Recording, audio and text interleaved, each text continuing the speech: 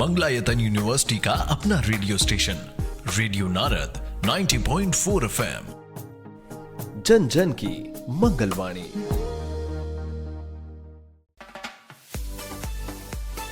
स्वागत है दोस्तों आपके अपने मनपसंद कार्यक्रम सेहत सही लाभकारी में। आप सुन रहे हैं आपका सामुदायिक radio station radio Narad 90.4 FM और मैं हूं आपके साथ आपकी अपनी आरजे याशी। दोस्तों, आज तारीख है 30 जनवरी, यानी आज पूरी दुनिया में विश्व उपेक्षित उष्णकटिबंधीय रोग दिवस मनाया जाता है।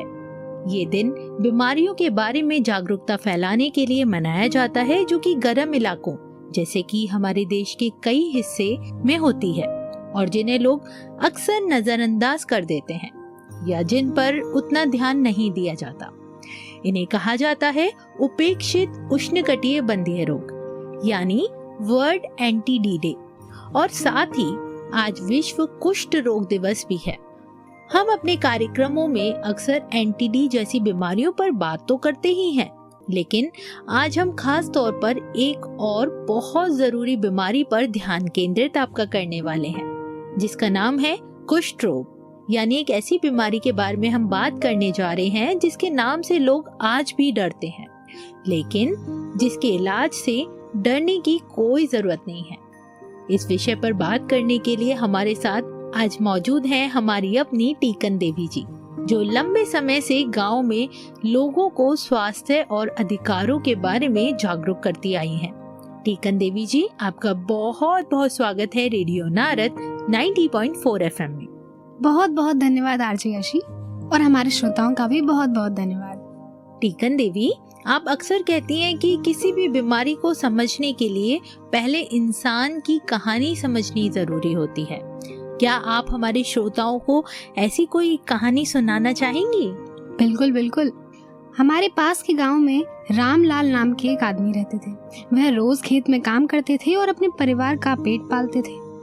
एक दिन उन्होंने देखा कि उनके हाथ पर एक हल्का सा सफेद दाग बन गया है और उस जगह पर उन्हें ज्यादा महसूस नहीं हो रहा है।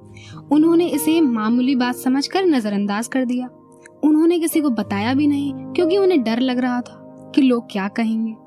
धीरे धीरे उनके हाथ में कमजोरी आने लगी और छोटे छोटे जख्म बनने लगे, और जिसका उन्हें कोई दर्द भी महसूस नहीं होता था।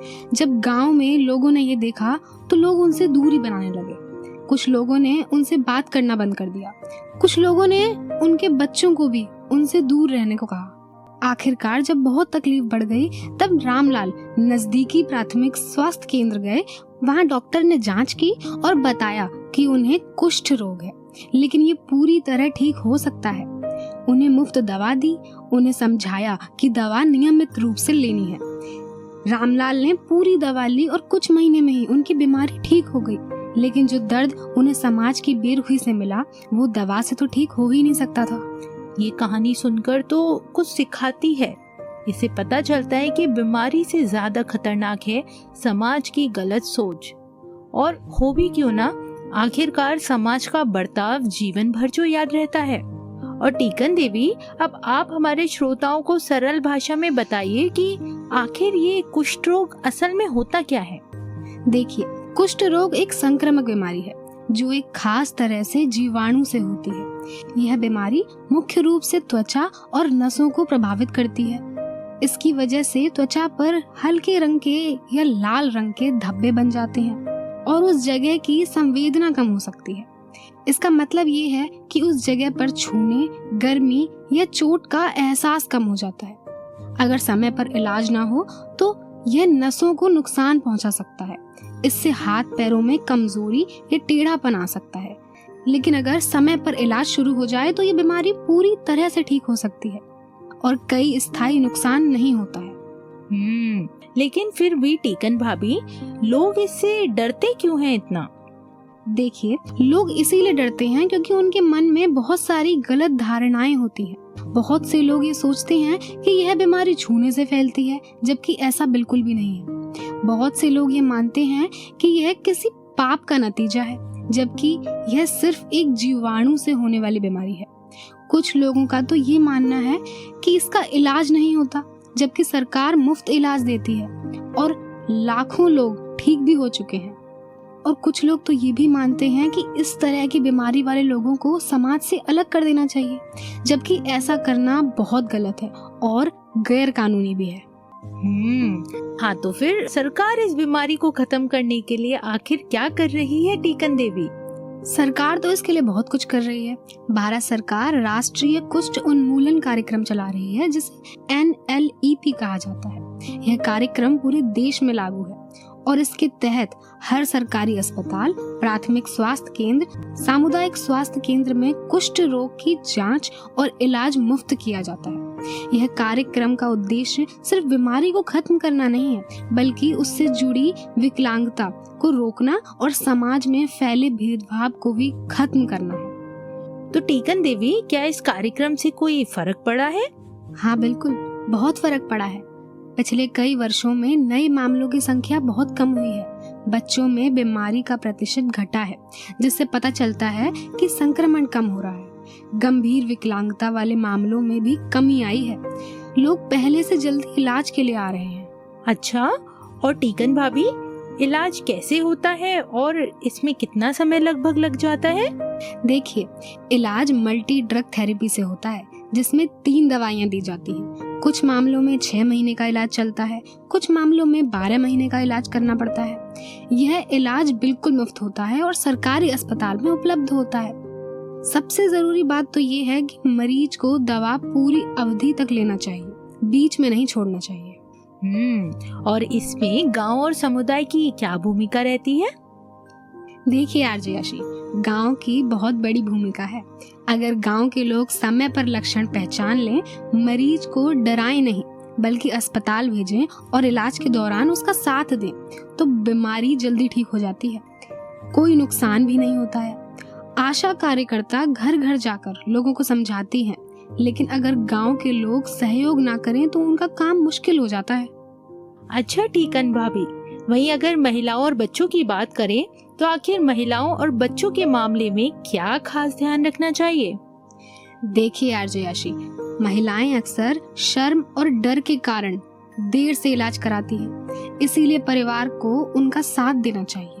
बच्चों में बीमारी दिखे तो तुरंत इलाज कराना चाहिए, क्योंकि बच्चों में बीमारी का मतलब है कि संक्रमण आसपास मौजूद है। और अगर किसी को नुकसान हो चुका हो तो क्या मदद मिलती है? देखिए, सरकार ऐसे लोगों को विशेष जूते, दवाइयाँ, फिजियोथेरेपी और जरूरत पड़ने पर ऑपरेशन की सुविधा देती है। ऑपरेशन कराने वालों को आर्थिक सहायता भी दी जाती है, ताकि वे इलाज के दौरान परेशान न हो। और इस पर क्या कानून भी कुछ कहता है? बिल्कुल कहता है आरजे आशी। कानून कहता है कि किसी के साथ बीमारी के कारण भेदभाव ना किया जा सके। किसी को नौकरी से निकालना, स्कूल से हटाना या समाज से अलग करना गलत और दंडनीय है। वहीं अगर बात करें हम आज के दिन की, तो आज का दिन क्यों खास है? देखिए, आज पूरे देश में ग्राम सभाओं में जागरूकता कार्यक्रम होते हैं। शपथ ली जाती है, हम भेदभाव नहीं करेंगे और लोगों को समय पर इलाज के लिए प्रेरित करेंगे। बच्चे नाटक और गीत के माध्यम से संदेश फैलाते हैं। मैं सभी श्रोताओं से अपील करना चाहती हूँ कि अगर आपके घर या पड़ोस में किसी को त्वचा पर दाग दिखे या सुन्नपन महसूस हो तो उसे छुपाएं नहीं, तुरंत जांच कराएं। इलाज मुफ्त है, असरदार है।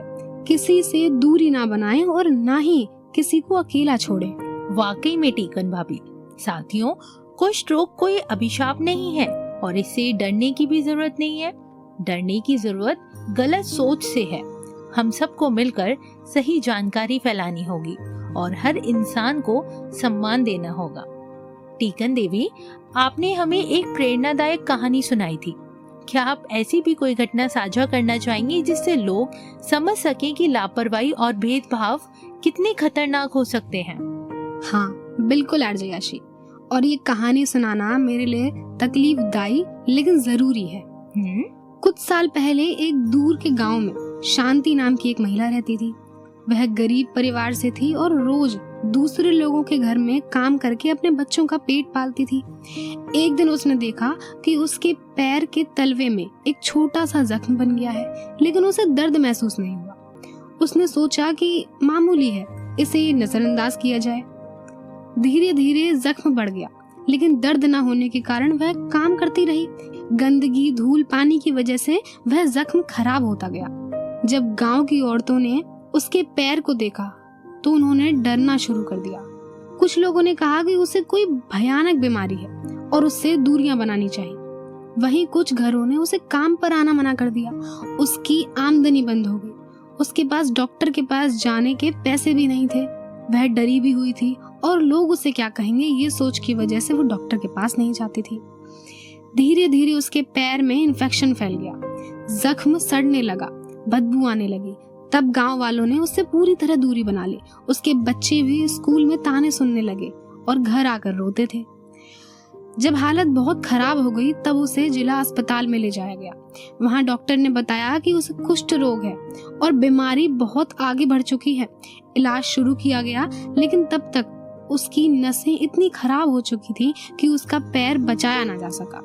उसका पैर कटवाना पड़ा। उस महिला ने बीमारी से ज्यादा समाज की बेरुखी झेली।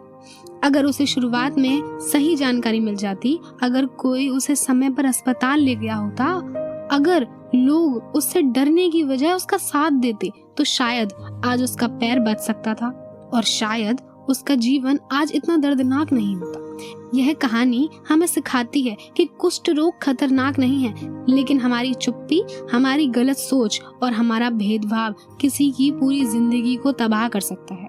अगर हम सब साथ दें तो कोई भी पीछे नहीं छूटेगा। बिल्कुल टीकन भाभी, ये कहानी सुनकर दिल बहुत भारी हो जाता है।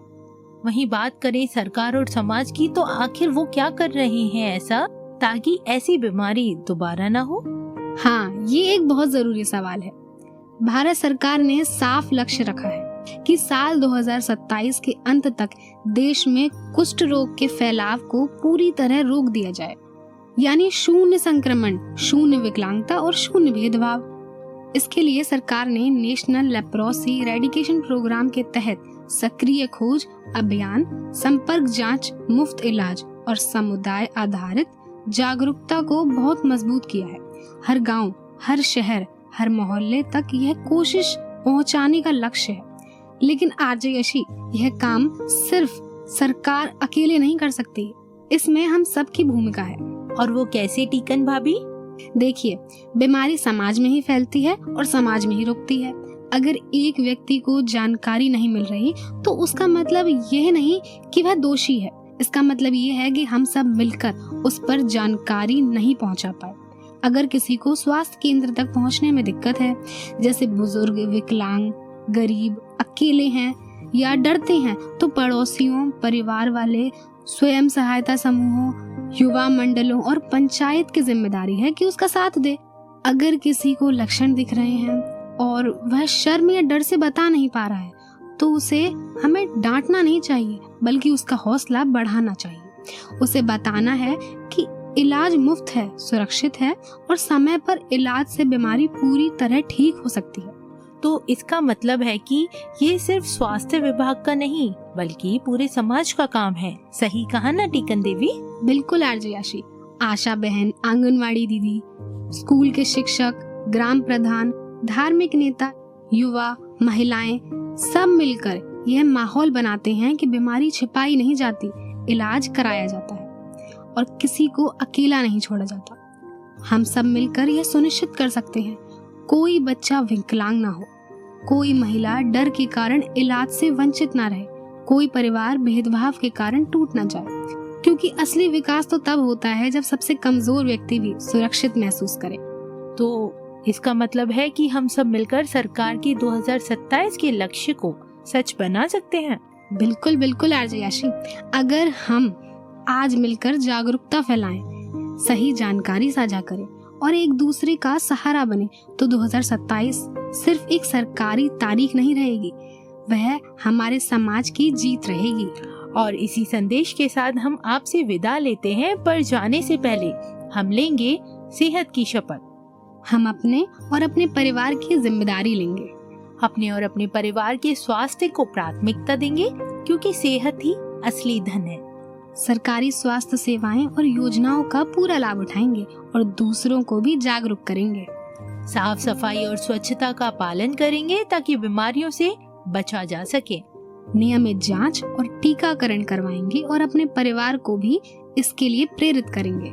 संतुलित आहार और व्यायाम अपनाएंगे ताकि शरीर और मन दोनों स्वस्थ रहें। महिलाओं, बच्चों और बुजुर्गों की सेहत का ध्यान रखेंगे, क्योंकि जब पूरा समाज स्वस्थ और सशक्त बनेगा तभी तो भारत समृद्ध बनेगा, क्योंकि सेहत सही तो लाभ कई। धन्यवाद।